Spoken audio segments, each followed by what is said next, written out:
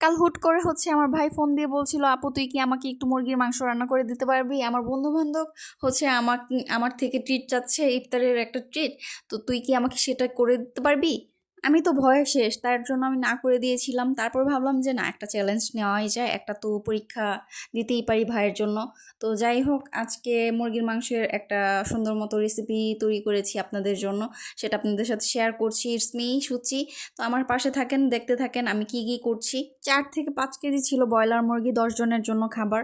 তো এর মধ্যে হচ্ছে আমি মুরগিটা সুন্দর মতো ভেজে নিয়েছি, আর এটার জন্য আমি একটা সিক্রেট মশলা বানিয়ে রেখেছিলাম। শুরুতে পেঁয়াজ বেরেস্তা করেছি, তারপর হচ্ছে আলু ভেজে নিয়েছি, তারপর হচ্ছে মুরগিগুলো ভেজে নিয়েছি, তারপর হচ্ছে এলাচ দারচিনি তেজপাতা, তারপর হচ্ছে পেঁয়াজ দিয়ে দিব। পেঁয়াজটা ভালো মতো নাড়াচাড়া করতে থাকবো যতক্ষণ পর্যন্ত লাল লাল না হয়ে আসবে। আমি খুবই ভয়ে ছিলাম, কারণ হচ্ছে আমি এই দায়িত্ব কখনোই পালন করিনি। আর আমার শাশুড়ি যতদিন বেঁচে ছিল ততদিন সেই এত মানুষের খাবারের আয়োজন করেছিল। আমি হেল্পার হিসেবে কাজ করেছি, আর আমার মা তো আমার মাই কাজ করেছে, আমি কখনোই কাজ করিনি। আজ হেল্পার হিসেবে ছিল আমার বড় বোন। তো ওকে বলেছিলাম যে আমার এই দায়িত্ব নিতে খুবই ভয় লাগছে, তুই একটু হেল্প কর। তো ও আমাকে কিছু কিছু জিনিস হেল্প করেছে, যার জন্য হচ্ছে আমি আরেকটু বেশি ইন্সপায়ার হয়েছি, আরেকটু বেশি আগ্রহ পেয়েছি। আর ভয়টা একটু কম লাগছিল, কারণ হচ্ছে পাশে কেউ থাকলে হচ্ছে ভয়টা কম লাগে। তো এই মুহূর্তে হচ্ছে আমি সিক্রেট মশলা দিয়ে দিয়েছি। সিক্রেট মশলাটা অনেকক্ষণ কষাতে হবে।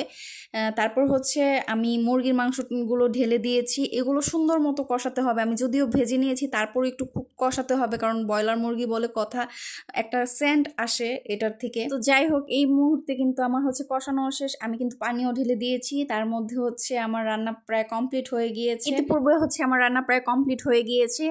এইখানে একটা ফল্ট ছিল আমার, যেটা হচ্ছে আমি ঝালের পরিমাণটা কম দিয়ে ফেলেছি। যাই হোক, ব্যাপার না, মাশাল্লাহ সুন্দর হয়েছে আমার রান্নাটা। সবাই ভালো থাকবেন, সুস্থ থাকবেন, মোস্ট ইম্পর্টেন্ট ফুড দিতে থাকবেন। আল্লাহ হাফেজ।